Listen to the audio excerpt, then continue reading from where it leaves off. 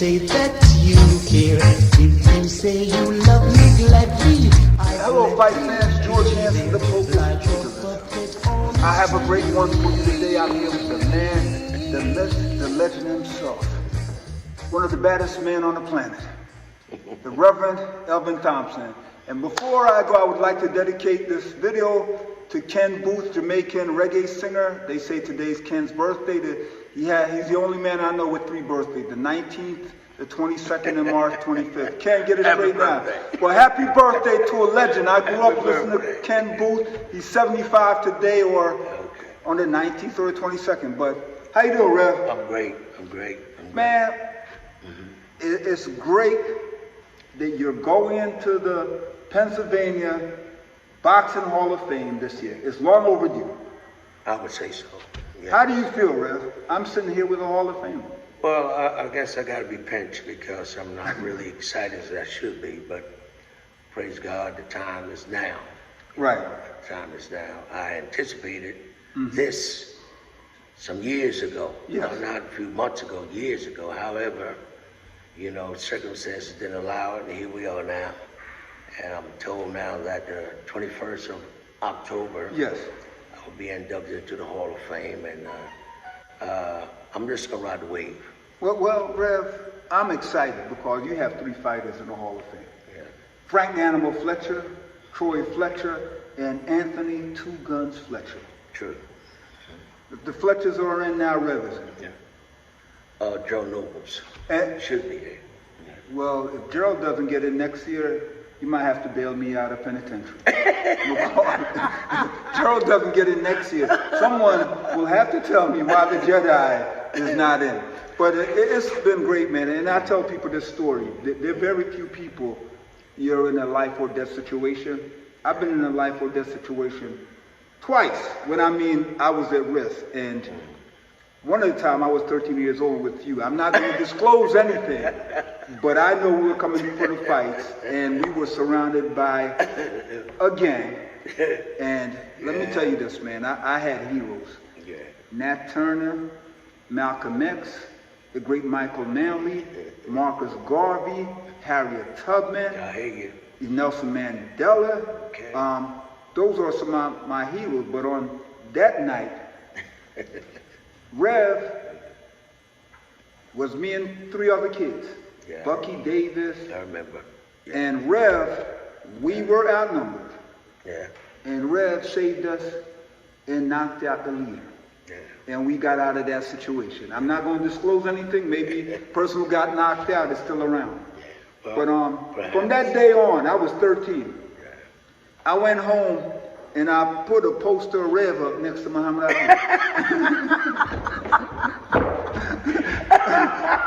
Rev could do no wrong. Rev, we have people who talk about what they would have done, but we were in a life or death situation. Yeah. And It was a rough situation. us 3 kids or 4 kids looked towards you.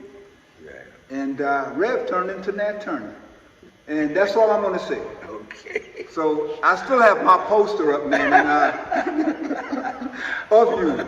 But I always say this, man. Since that day, I always looked at you just in the same light I do my grandfather, and my dad. Those are my heroes growing up. I didn't have any role models. I remember.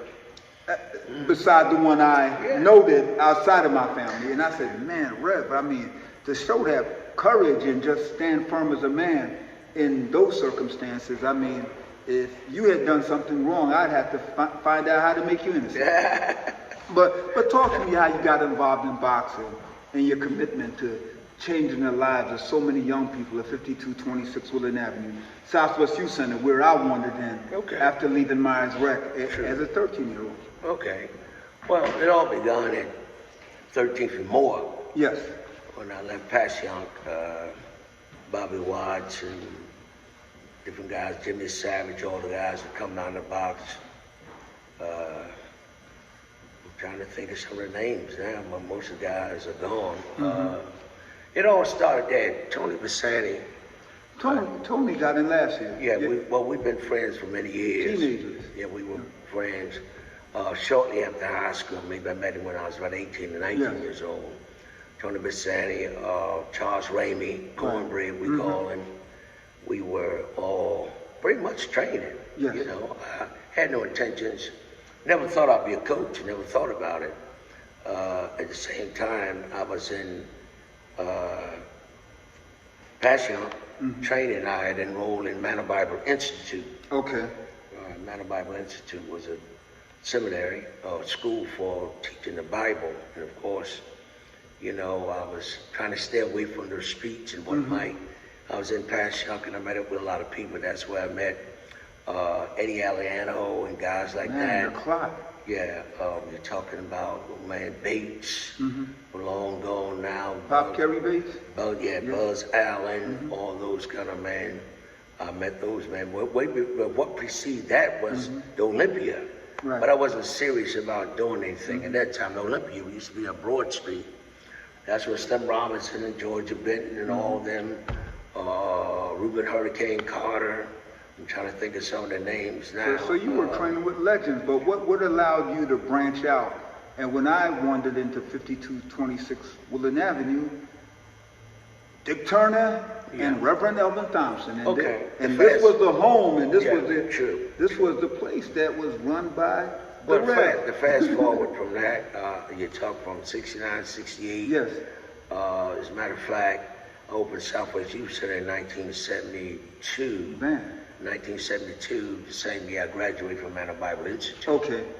I had no intentions of being a coach. I never thought I was a coach. I was a good fight. And I was around good fighters, you know, the average and everybody else. I got evidence that you can fight. my mindset was changing through the years, you know, seeing the, not only the corruption in the world, just seeing the violence among the teenagers, the young people in the neighborhoods and whatnot, and I wondered what could I do about it. And there's an old man used to run a furniture store. Okay. Old man Pat Taggart, when he was a little kid, you, Bucky and all of you. He actually one day, he said, you graduated. So I said, we'll do something for you. He gave me a refrigerator. Because I had recently got married also. And then I was telling him I'd like to do something to help the kids in the neighborhood. Never thought about a church or nothing of that nature, because nobody's coming to church. But how can you get kids to get them off the street? You got to get them involved in something. Of course, you had Myers, you had King Sesson, but my concept of working with kids was totally different. You know, we ran Bible classes, took them on camp, took them to Camp Teen Haven, Streamside. I bought buses for you guys. We were pretty much involved in community service. Not that I wasn't ever an activist, but I was in there doing stuff in the community, and all the killings sort of swayed me to turn to try to do whatever I could. We started Southwest Youth Center, and of course, never thought it would be what it turned out to be. I didn't start Southwest to be a great coach. I started Southwest to get kids off the street. And so 5226 turned into being something that really outgrew me. It turned out to be Emmanuel Stewart had Kronk in Detroit. Yeah. Rev had Southwest Youth Center because I wandered up there and Frank the Animal Fletcher, Troy Fletcher, and arguably the smartest fighter I've ever seen in my life, and I witnessed him in the gym. Anthony Two Guns Fletcher, that was my hero. Yeah. Robert Francis. Yes. Robert Francis with a Bird, alias Bird. But I don't think everybody understand what I'm saying here. Yeah. I'm a kid. Yeah. And I'm in Southwest Youth Center. You got contender Dick Turner, former welterweight contender. Yeah. Your trainer, your co-pilot. Yeah. But in the gym you have Troy Fletcher, who incredible boxer. Incredible.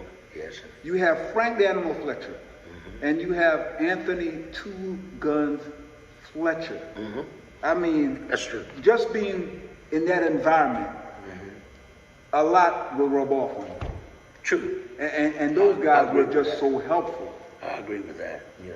But how were you able to just navigate the Fletchers through their professional career? Frank came out of jail. Before you know, Frank said, I want to fight Marvin Hagler in a couple of years.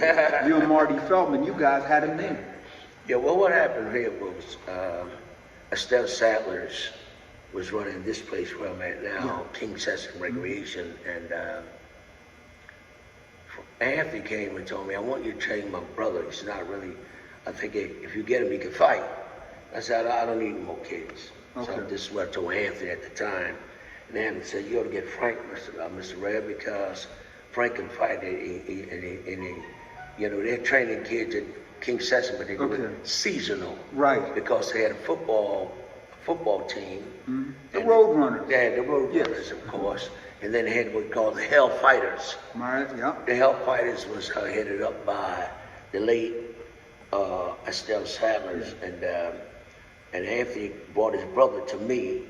I had some other kids that were doing pretty good, but Anthony brought Frankie and Sonny Lawyer from down the Avenue. Then later you had Cantrell and Benjamin. We had all of them, but the guys that would stick and stay would be Troy, Anthony, and Frankie. Of course, Frankie was just a tough kid, raw, tough, had a lot of guts, had a lot of ticker, and that's one thing I admire in a man, period, is having heart. Having heart. So when Frank came to me, he at first he wasn't really serious. He would pop in and out the gym, pop in and out the gym. He'd back around here. Then he was in the gym and doing various things. So I started letting him spar. Then I started seeing, well, if this kid could get serious, he could be somebody. Of course, fast forward that, I was letting him box guys that were really pretty good fighters. I would take him occasionally down to Jimmy Arthur, my old coach, down at that time at 19th and Reed. Right. Jimmy Arthur is one of the better coaches that I've known. As a matter of fact, one of the greatest. One of the greatest, I would coaches, say. period. The type of Everetts and the Haywoods and Skip David and all. So anyway, I would go there because I really didn't know boxing, coaching at all, really. I started learning that from boxing. Right. Me and Tony Bassani used to box 10, 15 rounds a day after we trained the kids, And of course, the little bit that I did know, I started teaching that, like hands-on experience. Right. Meanwhile, Frankie was boxing guys that were much more experienced. And a lot of them, he would subdue them, man, because he just had natural strength and natural stamina without even really training him. So that was for me was good. You got to have heart, you got to have stamina, and of course we started working with Frank. Frank turned out to be devastating. We got to when he started boxing back on NBC. When he started getting serious, we started getting real serious about things. When he first, as a matter of fact, it's sort of funny. You asked me that. His first fight was at the Spectrum. His first fight, I think Russell Peltz and Frank gave him tickets. I gave him to his mom. I don't know who he gave him to. He never told me about it. I didn't know until I got to the fight, after the fight, that they gave him tickets. He gave all the tickets away. He thought the tickets were free because he was a fighter. Okay. So we didn't get paid. That is funny. That's a funny story. We didn't get paid. We didn't get paid. Of course, I think Russell in his pocket gave me some extra money because he knew we didn't understand the boxing game and then what was going on. And from that day on, we started training real hard. Frankie fought his next fight was in, I think it was Lancaster, I'm not sure. His real name is Franklin Montez. Oh. They didn't know his name was Frank Montez Fletcher. Never knew that. Yeah, I never knew Frank was Spanish. Yeah, we were going to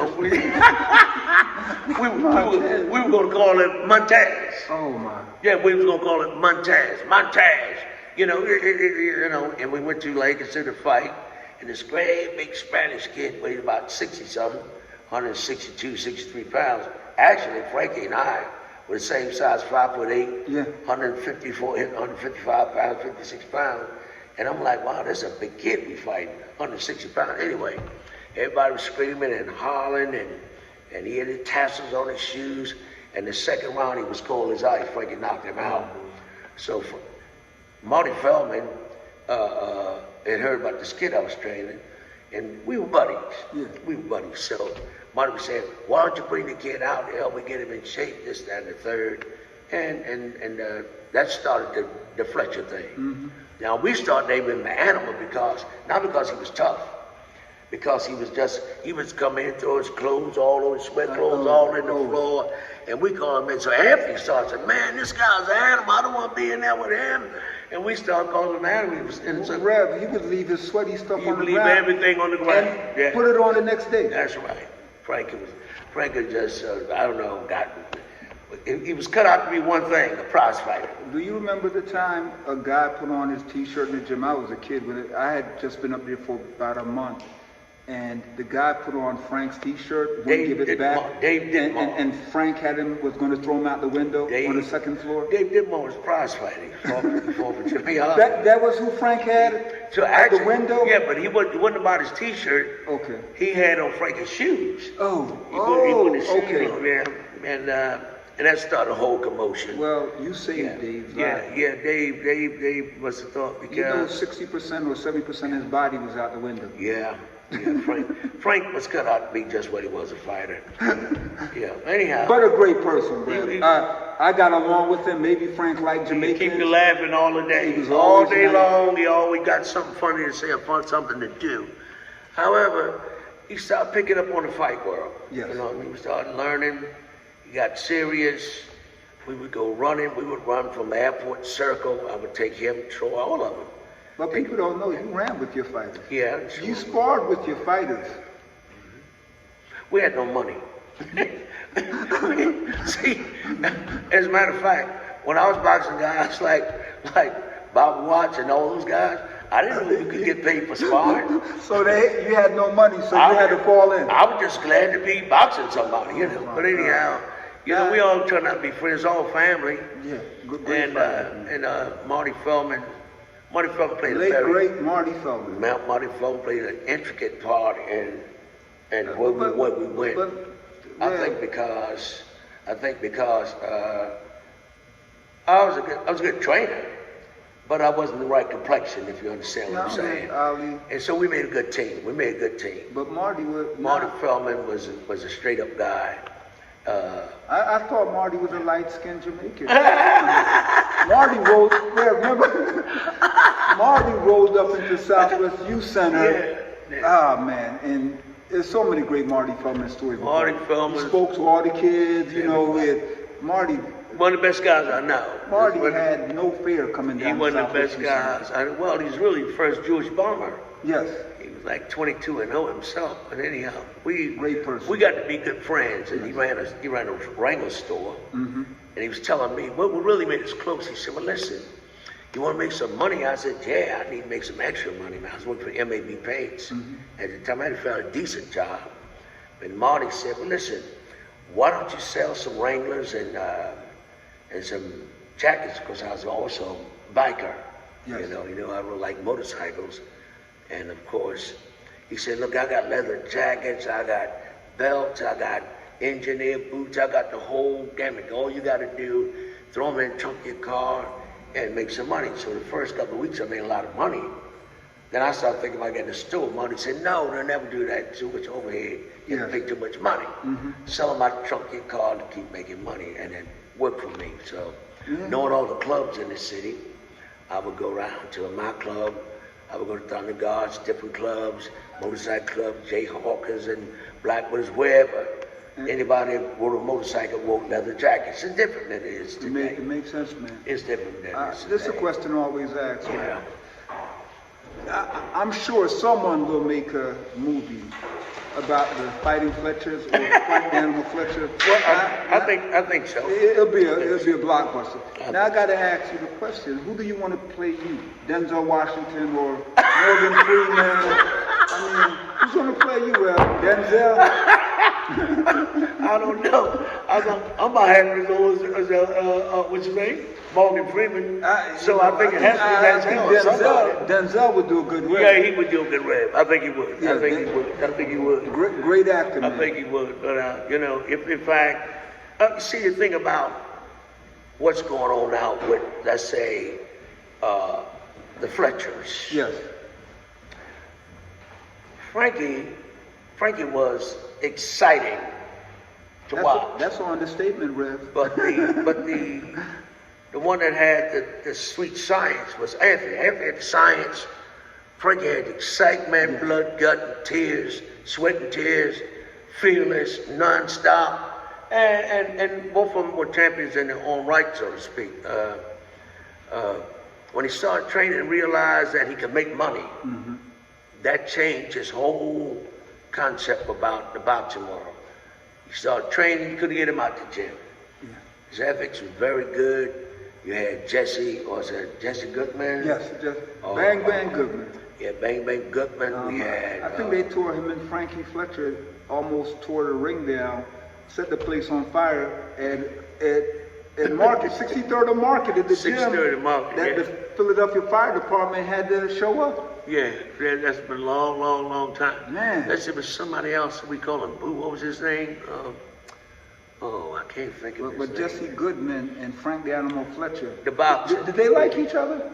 No, they were okay. The way they sparred each other? They were okay. They were okay. Well, they were friends and they sparred like that? Yeah, they were. Kevin Perry. Yes. See, back in the day, we had Kevin Perry. Marty had Kevin Perry. We had Mike Picchiotti. We had a whole truckload of guys and all mixed up Italians and blacks.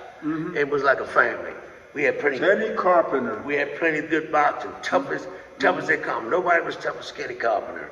Oh my God. Anyway, Mickey Deflo. You can name guys on and on and on. And of course, we got good boxing. Well, being relatively young at that time, I just wanted to box. So I became a sparring partner for everybody. Kevin Perry, Jesse, Frank Fletcher, everybody. So I was just having fun, because in seminary they don't want you to be a prize fighter, you're a preacher. But so the only time I could unload or try to box somebody, I had to be in the gym. I could never be a prize fighter. It would have been a great movie about you. John Shaft goes to the seminary. John Shaft goes to the seminary. Yeah. So we just having fun. Rev, you did it all, man. We just having fun. Frankie we fought somebody, I can't remember now, in the Resorts International. That's before they ran inside the resorts to the sands. But anyway, we was coming down the hall one day and got off the elevator, and Frankie walked over. Was it Ernie Singletary? No. Okay. I think we fought Singletary at Blue Horizon. But anyway, Frankie fought some kid. I can't remember who he fought.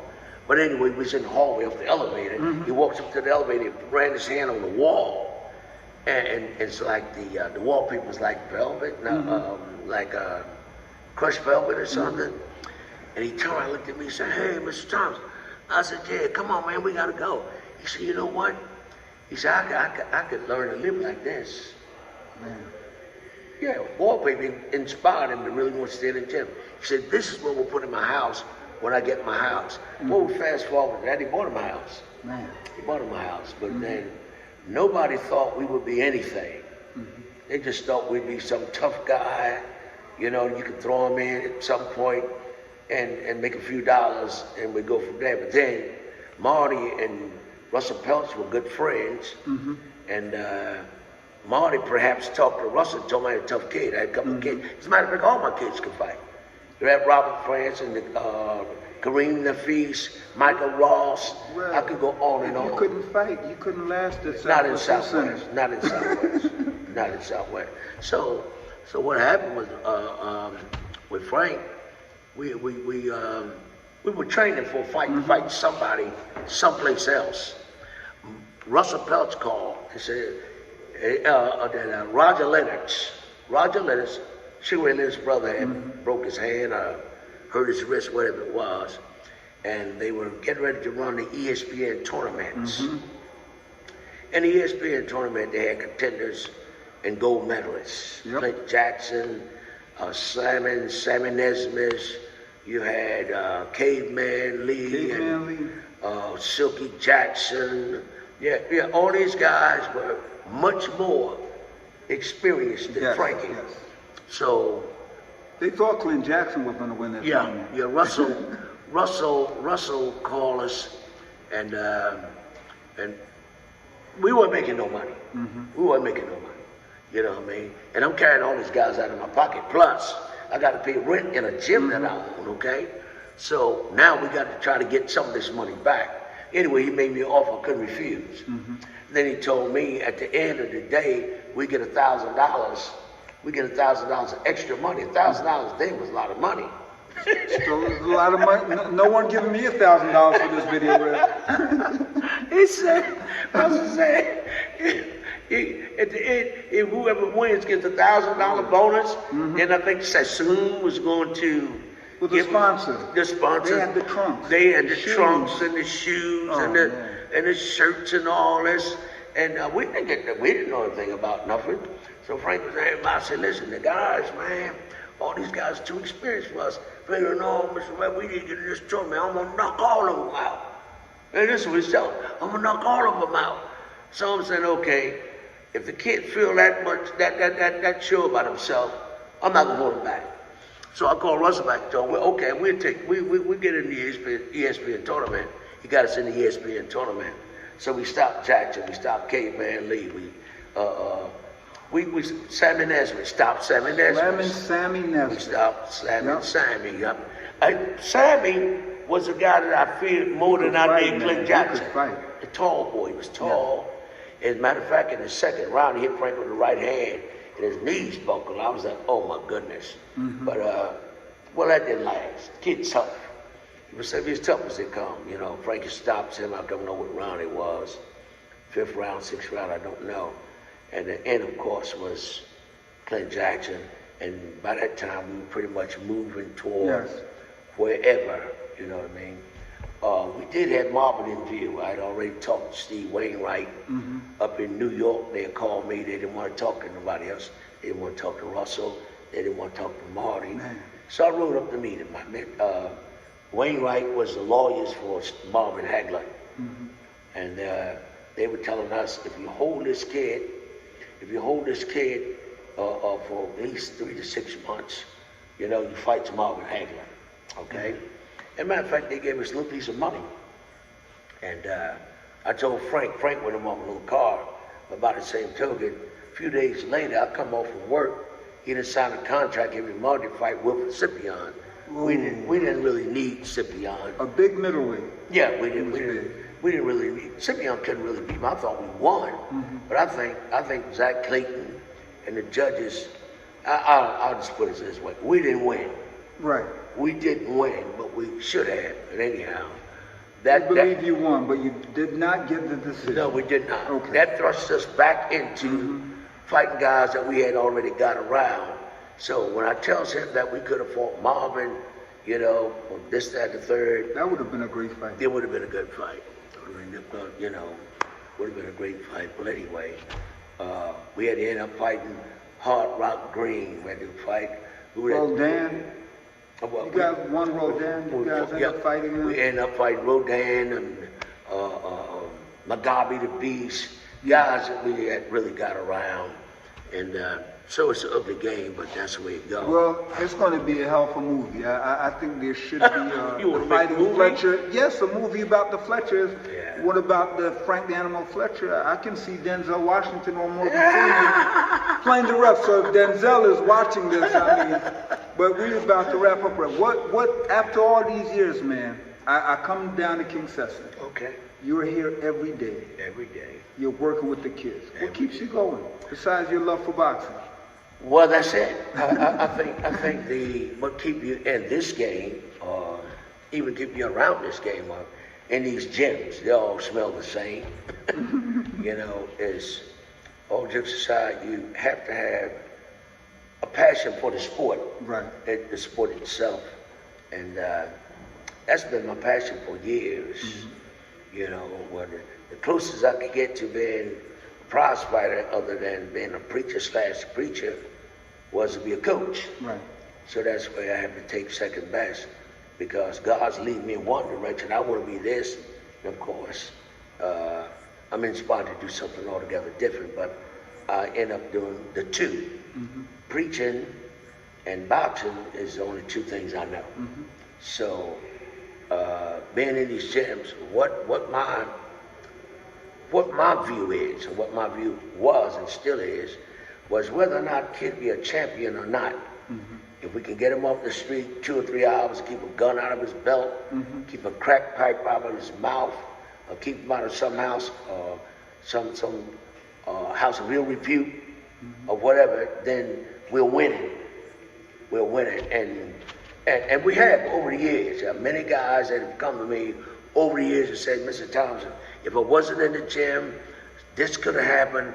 I could have got killed, this, that, and the third. You know, you got guys like the Horns and the Rosses and all these guys that came out of the hardcore world that were really in the gangs and this, that, and the third. So the gym to me is certainly every coach would like to raise a great fighter, you know, that can fight, win a championship or maybe a world title.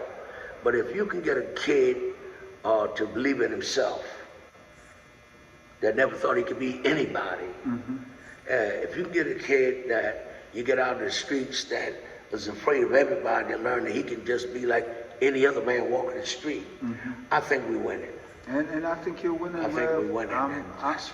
You're winning because, you know, as Tucci Gore once said, it's easier to build boys than to mend men. And you're building, I agree. I shouldn't say just boys, you're building young people and the confidence, and you're making a huge difference, and you have made a huge difference. I just feel really great that you are getting in the Hall of Fame. You will be inducted this year. I will be there cheering with a bunch of people, making a lot of noise. Making a lot of noise. And before I go, I just want to say thank you again. And I want to give a shout out to another man. I always have this saying, if I'm going to war and I have the choice between the M16 and Joe Frazier, Rev, Steve Cunningham, and my man Glenn Johnson. Glenn Johnson. I would pick all those guys. Rev, Glenn Johnson, Steve Cunningham, etc. You know, and Joe Frazier. And shout out to Jay Hardcore Boxing News, who interviewed my Jamaican brother Glenn Johnson. In preparation for this interview, I got up this morning and I watched that video, man, and it was really great. So thank you, Jay Hardcore, and Rev, thank you. I thank you. You are a living legend.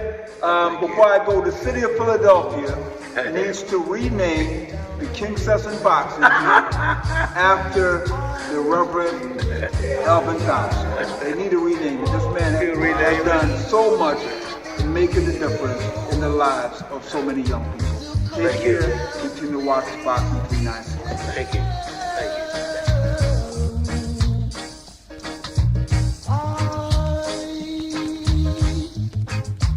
Wonder if one day that you say that you care. If you say you love me gladly, I gladly be there like a puppet on a string.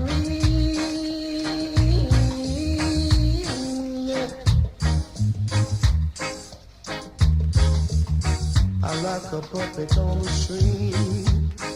Oh.